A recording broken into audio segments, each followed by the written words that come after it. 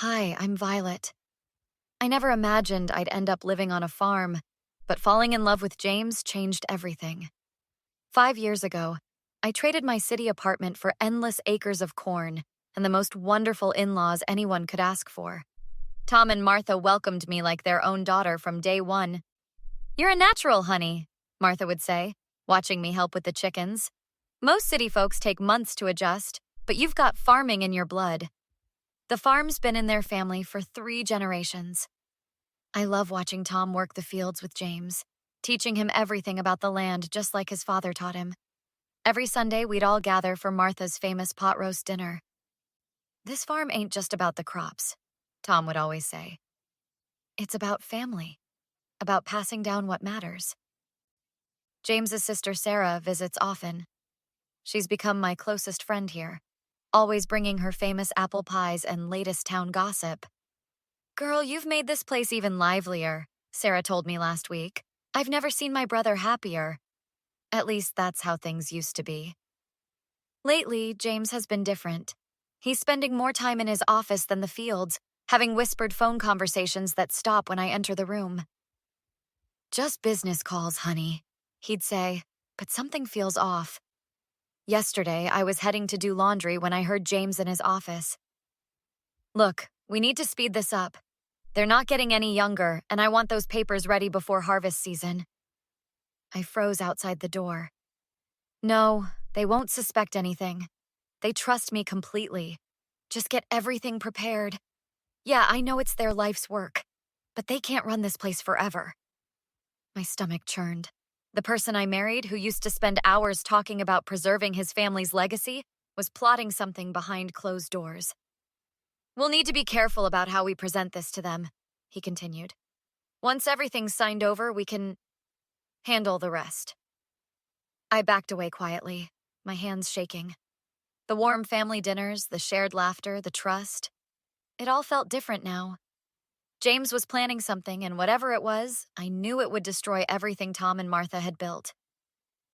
"Hey, sweetie, ready for dinner?" James called from his office, like nothing was wrong.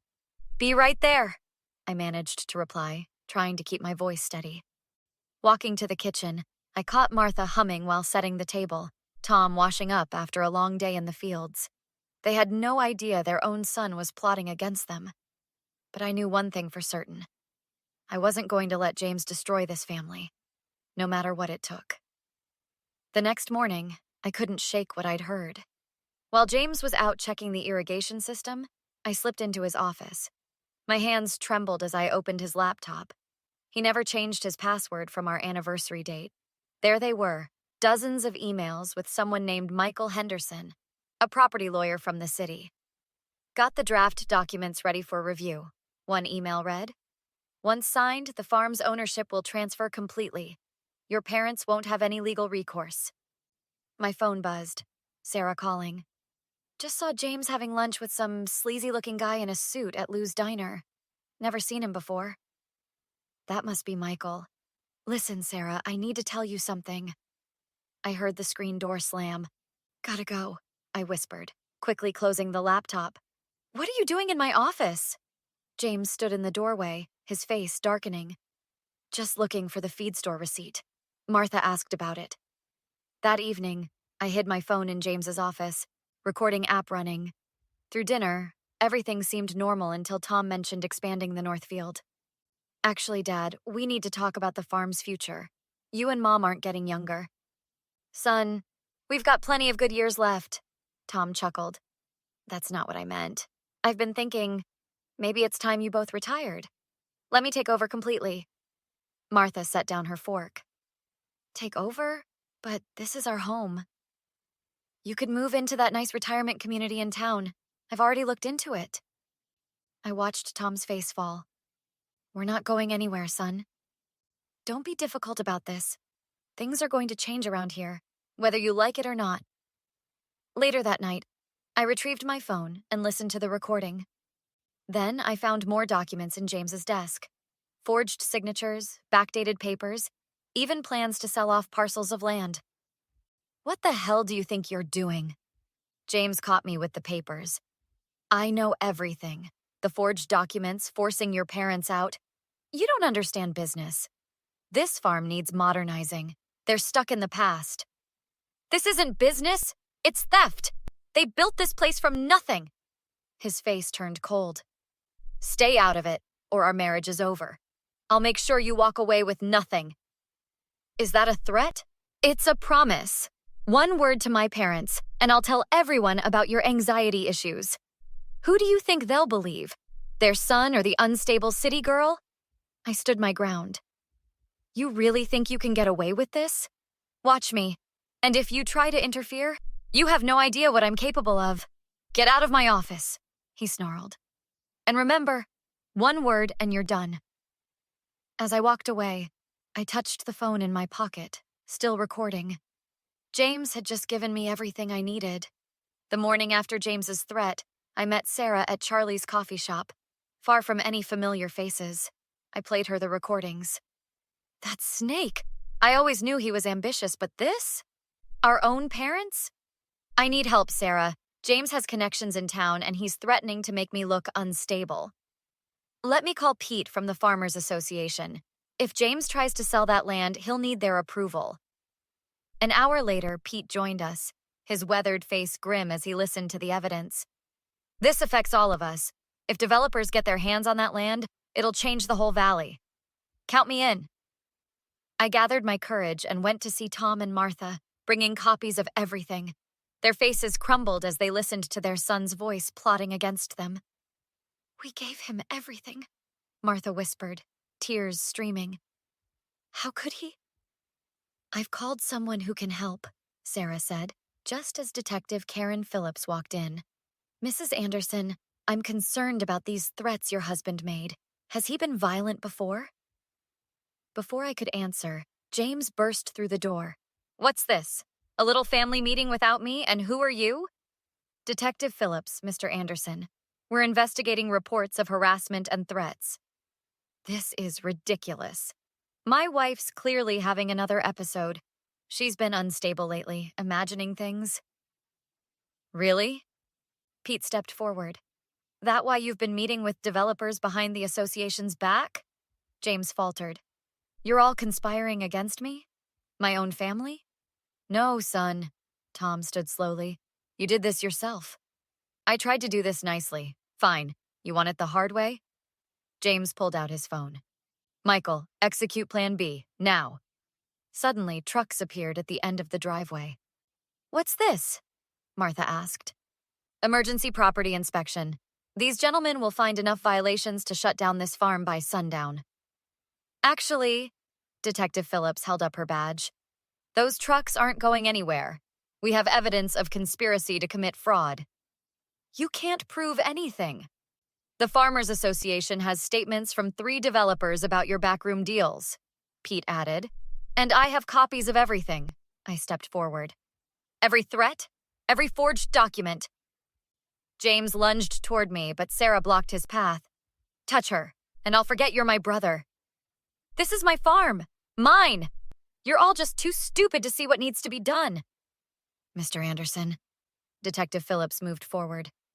Step back and calm down, or I'll add assault charges.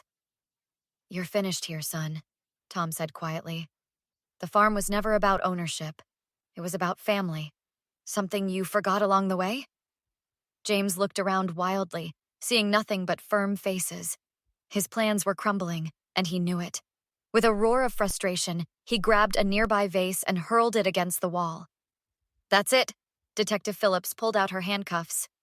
James Anderson, you're under arrest for attempted fraud and making criminal threats. As they led him away, Martha grabbed my hand. Thank you for protecting our home, sweetheart. You're the daughter we always wanted. The farm community gathered outside, forming a protective circle around the house. James had forgotten something crucial. In farm country, family isn't just about blood. It's about standing together, no matter what. The courthouse buzzed with whispers as Detective Phillips presented the evidence. James sat stone-faced beside Michael, who looked considerably less confident than during our first encounter. Your Honor, we have substantial evidence of premeditated fraud, harassment, and threats of violence. James leaped up. This is all a misunderstanding. I was protecting my inheritance. Sit down, Mr. Anderson, the judge warned. The evidence speaks for itself. During recess, Michael scurried over to Detective Phillips. I want to make a deal. I'll testify about everything. The forged documents, the developer meetings, all of it. Traitor! James lunged at his former friend, but bailiffs quickly restrained him. Add assault to the charges, the judge ordered. Back at the farm, Pete organized an emergency farmers association meeting. The motion to permanently ban James Anderson from all association activities and land deals passes unanimously. You've got friends at the bank, Sarah told her parents. They've flagged his name. No loans, no mortgages, nothing. Good, Tom nodded. Can't have him trying this somewhere else. The developers backed out too, Pete added. Nobody wants to touch him after this mess. Martha looked around her kitchen, relief washing over her face. I can't believe he thought we'd just walk away from everything we built. Speaking of building, Sarah spread out some papers. I've drawn up new ownership papers. 3-way split between me, Violet, and you two. Nobody can ever pull this again. You'd really want to stay? Martha turned to me, hopeful. Detective Phillips stopped by with an update. He's looking at 5 years. Michael's testimony was pretty damning. What about his assets? Tom asked. Frozen. The fraud investigation's gonna keep him tied up for years. Later that week, a letter arrived from James's lawyer. He wants to apologize, try to make things right, Sarah read, then ripped it up. Too little, too late. Some things can't be fixed with sorry, Tom agreed. I watched through the window as the autumn sun set over our fields. Pete and other neighbors had helped bring in the harvest, refusing any payment. Just family helping family, they'd said. You know what's funny? Sarah joined me. He thought the farm was his inheritance, but he had something way more valuable all along. People who loved him, and he threw it away for greed. His loss. Martha handed us fresh coffee. Look what he gave up, and look what we gained. A stronger family, closer neighbors, and a daughter who'd fight like hell for this place, Tom added, squeezing my shoulder. The next morning, watching Tom teach me about crop rotation while Martha and Sarah planned next season's expansions, I felt nothing but peace. James had tried to destroy this family, but ended up making it stronger instead. Hey, Pete called from his truck. Thought you might want to know. James tried buying land 2 counties over. Word's already spread. Nobody'll sell to him. Good, Sarah nodded firmly. Let him reap what he sowed. Together, we watched the sun rise over our farm. Not just acres of land, but a testament to what happens when you choose greed over family. James lost everything that mattered, while we gained something money could never buy. Unshakable trust in each other. What would you do if you caught your spouse secretly plotting to steal from their own parents?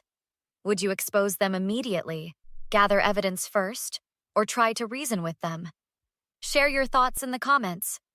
Remember, family betrayal cuts deepest, especially when money and inheritance are involved. Have you ever witnessed someone change completely when property or money came into the picture? If this story of justice and karma resonated with you, hit that like button and subscribe for more compelling real-life stories. Your support helps us bring more stories like Violet's to light.